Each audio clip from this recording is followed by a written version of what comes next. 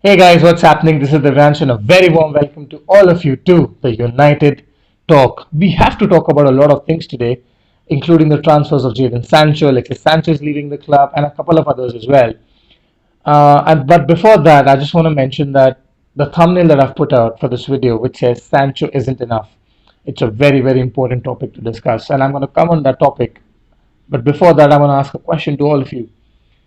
Do you think Manchester United and Ole Gunnar Solskjaer should actually start the first team in the Europa League and go and try to win it? Say that, okay, you're in it to win it, that kind of a mentality. Or should Solskjaer say to the first team, okay, off you go, rest for 2 weeks, come back, get the training started, and then, let's start the new season fresh and play the B team.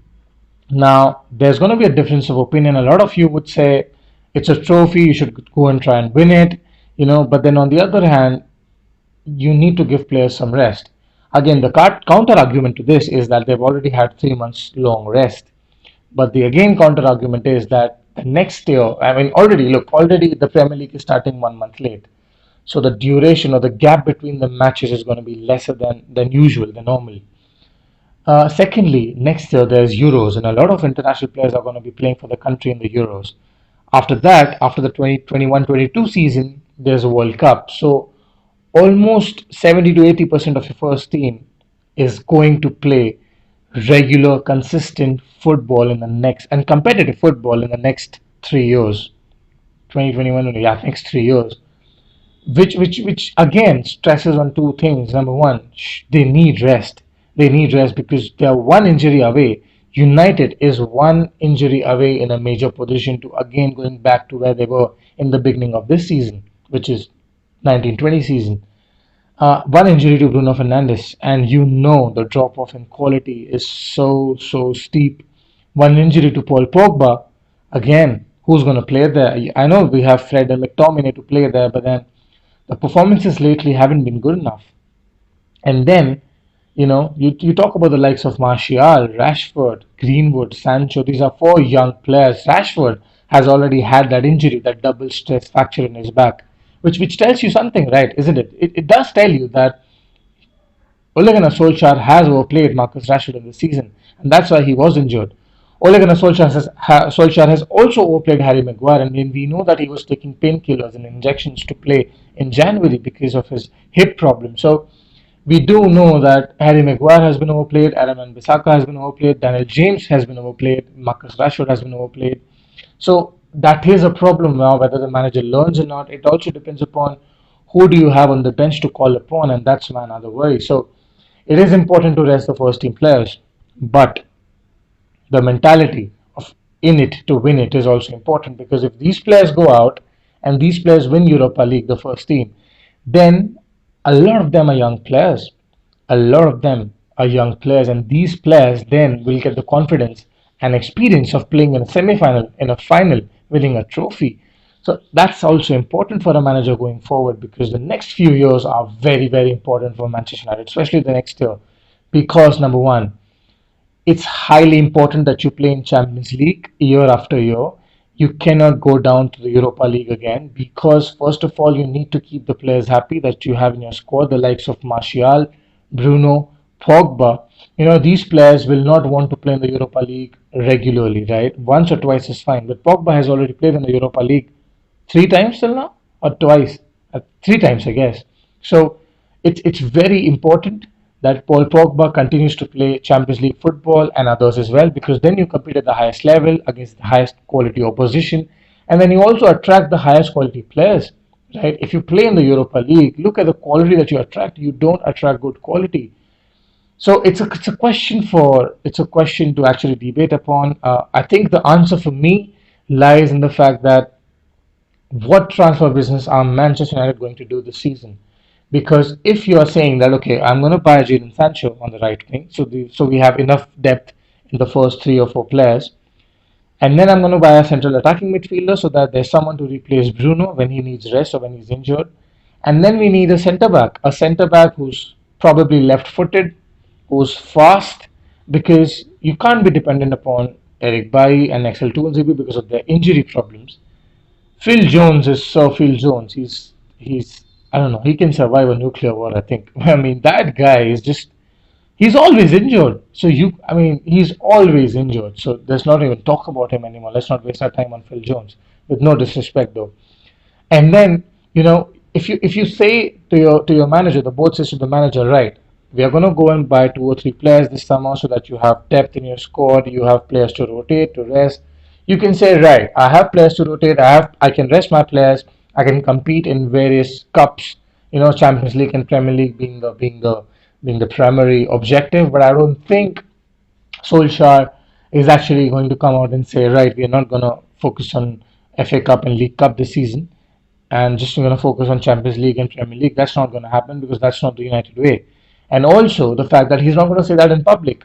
So, and we've seen with Solskjaer what he does. He tends to overplay the players, and when he doesn't have the players, the quality is just not there. So, if the board is willing to spend money and give Solskjaer 2 to 3 players this summer in transfers, then you can say, right, don't rest the players. Play them, play the first team in the Europa League. Make sure they try to win it. It's not necessary. I mean, it will be great if they win it. They try to win it, but the experience is very, very, very important of playing in a semi-final and a final. So you go and try to win that tournament, and then we take it on from there. We take that experience and we move on. But if you don't have players to replace these first teamers, what happens if Rashford gets injured again? Right, you get Sancho. So you have Rashford, Sancho, Martial, and Greenwood playing in the top four.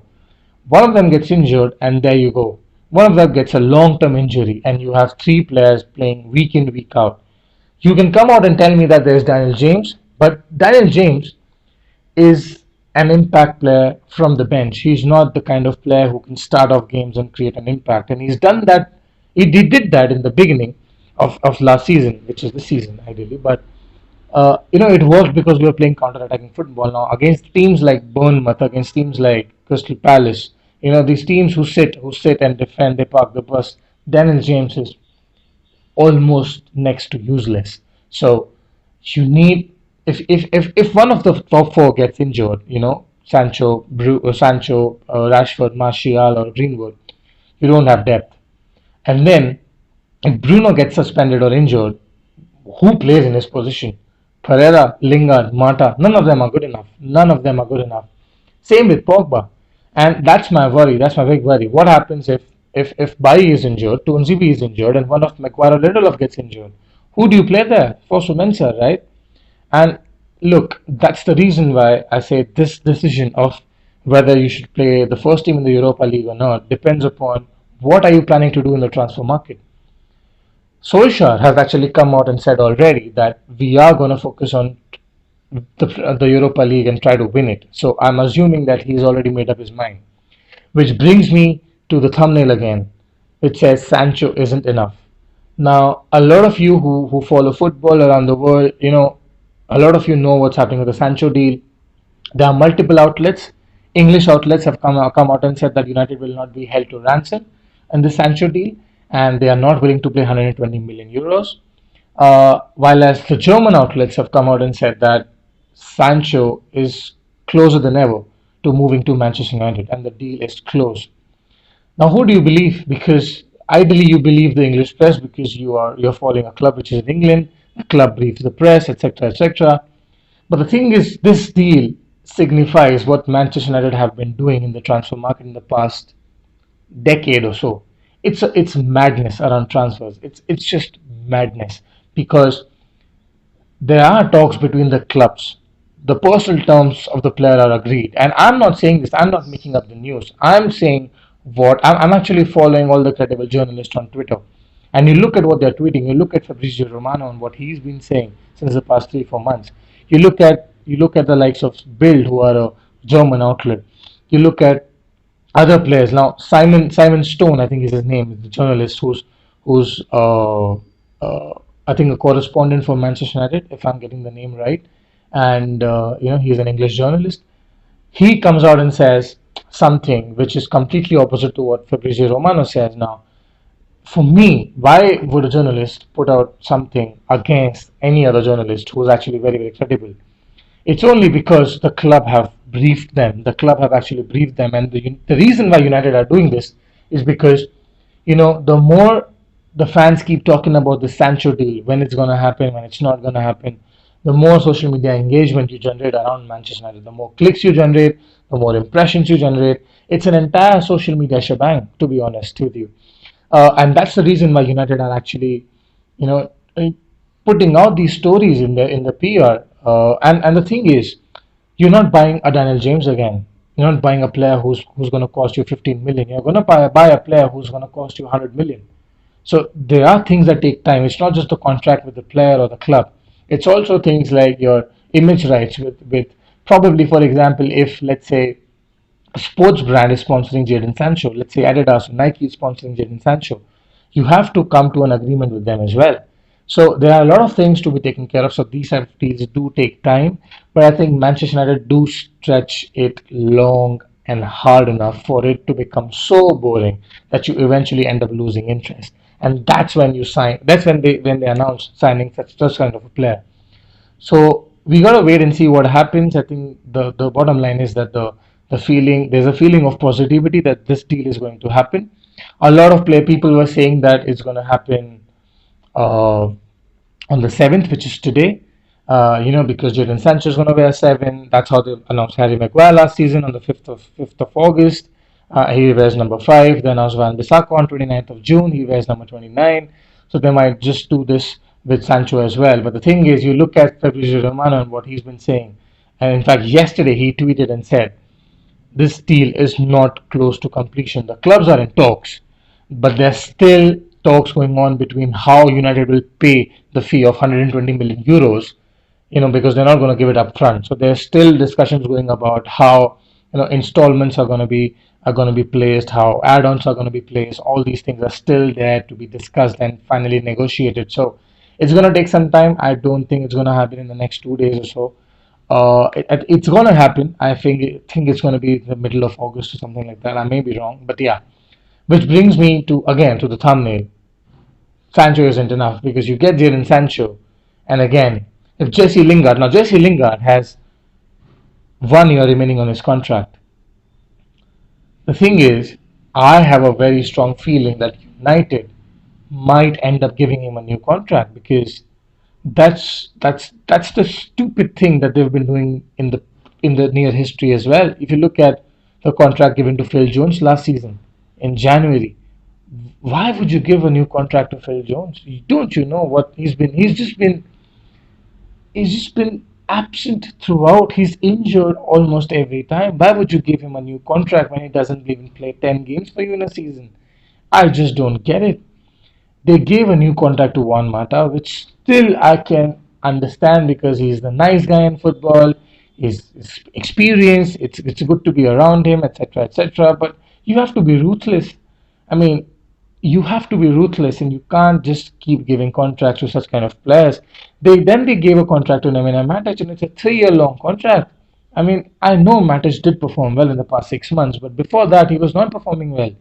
So giving him a contract for 3 years when he's 31 right now, it's again I don't get it. I don't get it. And then you talk about Jesse Lingard, and I have a fear that the same thing is going to happen. I do want him to leave United. I have nothing against him. As a player, he's not been performing on the pitch. He has some issues off the pitch, which honestly, yes, I can only give him sympathy for. But then you know what? Again, you have to be ruthless. It's a business, right? It's a business. You have to perform on the pitch. 1 year is acceptable that you have a bad year, but Jesse Lingard actually has, in a row he's had 2 bad years at United. So I don't think there's any room for any kind of excuses on his part. And plus, he's hired Mino Raiola, right? So I think Raiola is good in these things where he can just ship players from one place to the other, and with good deals for both the club and the player, etc., etc. So I think Jesse Lingard should leave. Whether he leaves or not is a question. Same with Diego Dallo. Now, Diego Dallo, I was surprised to not see him on the bench against Lask because you play Harry Maguire in that game. Again, why? You're winning 5-0. You play your B team. You give Maguire a rest. You play your B team. You play Diego Dallo there on the right hand side, and you play for Sumensa as a centre back. I don't get why he doesn't play Diego Dallo. Ole Gunnar Solskjaer doesn't like Diego Dallo at all. So that means even he's leaving. He's going to leave this summer. If he doesn't leave, again, I'm going to be really, really surprised. But there's a feeling that he's going to leave as well. So there's Jesse Lingard, there's Diego Dallo, and then who else goes? Alexis Sanchez is gone. The piano paying, money sucking monster is gone. And I say this with a lot of respect. I don't mean I have nothing against the player. The thing is, he never performed in a United shirt. He never gave a shit about United shirt. So for me, I don't say fuck off to Alexis Sanchez. But you know what I'm going to say? I'm saying it's good that you're leaving because we can save that £400,000 a week that we've been giving you and give Sancho a big contract, get him to our club, a player who's 10 years younger than you, 11 years younger than you, and who plays well, who has a potential to be the next best thing at Manchester United. So I'm very happy that Sanchez has left. But in terms of bringing in the players, Sancho isn't enough. You need a Grealish. Now, I don't think Grealish is going to come in because Villa staying up means Grealish's cost is going to go up as well. Earlier, he would have cost us 50 million. Now, he will cost us 70 million. So, I don't think United have the money to go and buy Grealish. And I'm really surprised that United are not linked with Donny van de Beek. 40 million for a player who's 22. Superb player, has experience playing in the Champions League at the highest level year after year. Superb player, can play in different positions. Now I know that previously I've come out and said that I would prefer Grealish over Van de Beek, but that was when I thought Villa are going to go down because then Grealish would have costed you 55, 60 million tops with Van de Beek at 40 million. So with an additional 10, 15 million, you're getting a player who's Premier League proven, right, and who's adored by our manager. So yes, why not? Why not support Grealish? And today also, if we get Grealish, I'm not going to moan. I'm actually going to be very happy. But if you don't have funds to sign Jack Grealish, and that's your excuse of not signing him, you go for a player who's available at 40 million. Real Madrid don't seem to have the money for him right now. 40 million for Donny van de Beek, it's crazy. It's a deal that should have been done long time ago, but it's not. And I think right now United are prioritizing Jadon Sancho. You need someone to replace Bruno Fernandes. I cannot say this enough number of times. You need someone to replace Bruno Fernandes because he's gonna get tired. He's gonna look naked on the pitch, and that's my worry this season. And to top that, we are, I don't say we are in talks with Gabriel. Again, you look at all these journalists, Fabrizio Romano, Christian Falk, all these top tier journalists who've been the tone of transfer market so far. And you look at what they're saying, and they're saying that the defender Gabriel from which team from France, I mean, United are linked with him, and United have actually approached his agents because he has multiple agents. But United have actually not approached the club, Lille. So United and Lille have not had any talks with Gabriel, the defender. Arsenal are in talks with Lille. Napoli are in talks with Lille. And we are looking at defenders, but he's not the priority. So for me, if you need to go and buy Van de Beek or Grealish and a defender, whether it's Gabriel or someone else, because you need that kind of a depth in the squad. Otherwise, you come out and say, all right, we have limited number of players, so we can't play them week in, week out, 3 games a week, 2 games a week. 2 games a week is still fine. You can't play them 3 games a week. You can't give them that. And you expect them to perform. A lot of people will not agree with me, and that's fine, that's your opinion. But for me, they will find an excuse to not perform if they are overplayed. I'm telling you that right now. And that's the reason why I feel if United don't end up signing anyone other than Jadon Sancho, you need to be realistic and say, okay, next season in the FA Cup and in the League Cup, we are not going to play our first team. It's okay. Whatever we do, it's fine. We're going to focus on the Champions League, try to get to the round of 16, round of 8, quarterfinals, and then finish in the top 4. Don't fight for the top 4 on the last day like we did this season. Make sure you are comfortably finishing in the top 4 with 3 games remaining or 4 games remaining. That's what United need to do. But it all depends upon transfers. A lot of players need to go. I am very skeptical about who's going to leave and who's not going to leave. I'm very skeptical about who's going to come apart from Jadon Sancho. So let's see what happens. But the start has been good. Jadon Sancho is close. Alexis Sanchez is gone. The money sucking monster is gone. So it's happy days again. I think we are going to try and go for the Europa League, and maybe we'll win it as well. So that's going to be an achievement. So let's see what happens In the meanwhile, guys, take care.